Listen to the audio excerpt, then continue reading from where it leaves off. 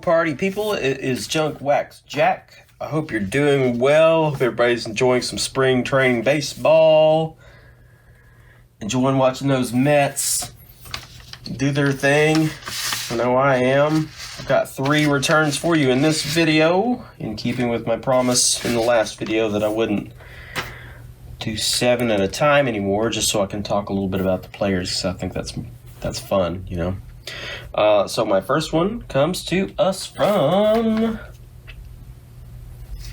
Jacksonville, Florida, and it is none other than Storm Davis.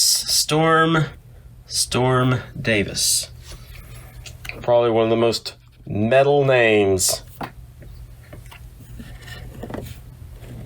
in baseball. This got back to me pretty quick, less than a month. Here's some things you should know about Mr. Storm Davis. First off, he is a member of 2 World Series championship teams. That was the Orioles in 1983 and the Oakland Athletics in 1989. He played with both of those teams twice during his career, off and on. Ended his career with the Detroit Tigers. He also did a lot of coaching. Like you'll notice a lot of these players will end up doing some coaching after they leave MLB. Notable to me was the Jacksonville Jumbo Shrimp. That's the AA affiliate of the Marlins, and I love that name. I had Sod Poodles in one video, and now it's the Jacksonville Jumbo Shrimp. You know, are they peel them and eat them? How does that affect their record? I have a lot of questions. Anyway, Dave Stewart of the 89 team thought a lot of Storm. Went on during his second engagement with Baltimore to be part of a pretty impressive bullpen, including Greg Olson. I don't know if y'all remember that guy. He was pretty awesome. But yeah, good signatures. Looks like maybe the pen was running out of ink or something. I don't know. Storm, Mr. Davis, thank you very much for sending those over to me, back to me, and yeah, I guess there you go. So let's go on to TTM return number 2. All right, TTM number 2 comes to us from Elizabethton, Tennessee, which you can't really read so well there because lately all of mine have been crammed up on this side and I can't shuffle them back down. I prefer to keep this side of the envelope intact, but that's not how it's been working. This return happens to be catcher extraordinaire Jeff Reed.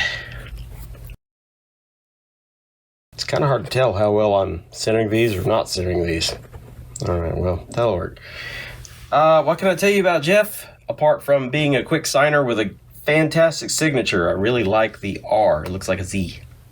Anyway, these cards look really good. I got the 89 Topps, I got the 90 Fleer, and the 90 Score, which I think is an amazing card. That's just a fantastic card. I like the action. And you don't see a lot of, I don't know, maybe there are some, I'm sure there are plenty, but catchers in action. I love those kind of cards. Like the Gary Carter 87 Topps I really like for that reason. I'm rambling. Jeff Reed, catcher extraordinaire. He was the first round pick of the Twins back in 1980. I believe 12th overall. He ended up with the Expos and was traded in 1987 for Jeff Reardon. Anyway, he ended up with the Reds. He has the honor of having caught Tom Browning's perfect game back in 1988. He was filling in for Bo Diaz, who I read recently. I didn't know anything about the guy, but apparently Bo Diaz died in 1990. He was fixing a satellite or something, and it fell on him and crushed his head. So anyway, from there, he's also been a member of the Giants and the Rockies and the Cubs, and he retired with the Cubs in the year 2000. One thing I thought that was kind of interesting is apparently Jeff Reed was and still is popular in Scranton, Pennsylvania. I mean, there's got to be more to it, but apparently they just really like him in Scranton, which, you know, that's cool. He also went on to coach the Elizabethton Twins, which apparently is in Elizabethton, Tennessee. And he's the brother of a former minor leaguer, Curtis Reed, whom I don't know anything about, and I will have to look into and possibly see if he does TTM and send him some cards. if I can find some. But anyway, Jeff Reed got these back to me quickly. I love the signature. Black ink. I haven't gotten very many with black ink, and I know I've read a lot of people not a fan of black ink on the TTMs. I don't really know. There's got to be some reason behind it. Maybe it just fades too much or something. Anyway, maybe one of you will tell me. I know I've got some autograph junkies in my followers. So anyway, Jeff Reed, Mr. Reed, thank you so much for knocking these bad boys out and sending them back to me. I've been sending 3 just to see. I mean, hopefully I'm not going to anger the baseball card signature gods. But anyhow. All right, let's go on to the last return. All right, TTM number 3, the last return of the day, comes to us from Provo, Utah. And you can see that's an old one because it's one of my old forever stamps. Corey Snyder, former right fielder. I know him best as a member of the Cleveland, former Indians, now Guardians. Played right field. His dad was a pitcher for the Milwaukee Braves. Yes, that was a while ago. Milwaukee was the Braves at one point. Also notable, he was a member of the 1984 Olympic baseball team. They won silver. Also notable was he was 4th in Rookie of the Year voting back in 1986, losing to some guy named Jose Canseco.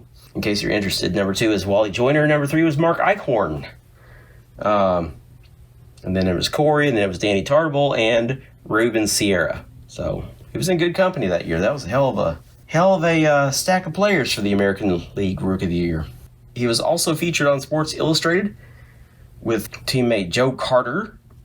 He retired with the Dodgers and actually retired after the strike back in 94 and 95, and then went on like so many of these other guys did and had a lot of success as a coach, and apparently sells cars at a Hyundai in Utah. That's how it goes, man. Maybe he is really good at cars and has a passion for it. I didn't see anything about that apart from he sells cars. The funny thing about this signature is I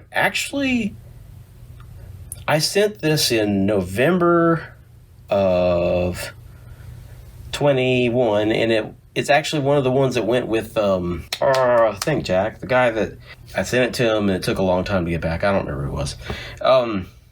I sent this out to Corey the same day. I had given up on it and actually bought one off eBay thinking I would not get this back.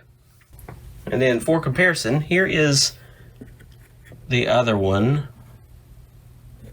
And the signatures are pretty different. So, I wonder how long ago this one was done. This is the one I got off eBay. Anyway, they do look like they could have been signed by the same person. Just be careful what you buy on eBay. This could be totally fake. This has to be real because I sent it to him and he sent it back. So I'm going to go with this one being the authentic. This one maybe being authentic. And then I'm just going to hang on to both unless someone's looking for one that may or may not be real. Anyway, that's it. Pretty great return. 3 strong. If you're just finding the channel, thanks for tuning in and watching the video. I'm going to try to do 3 at a time so I can include some fun facts about the players. And if you have been subscribed for a while, thank you for doing that. Otherwise, you should subscribe and comment. Let's talk about buying autographs on eBay versus getting them in TTM, and is this one fake? Who knows? But y'all have a great night, and we'll talk real soon. Take care. Have a good night. It's Junk Wax Jack, signing off.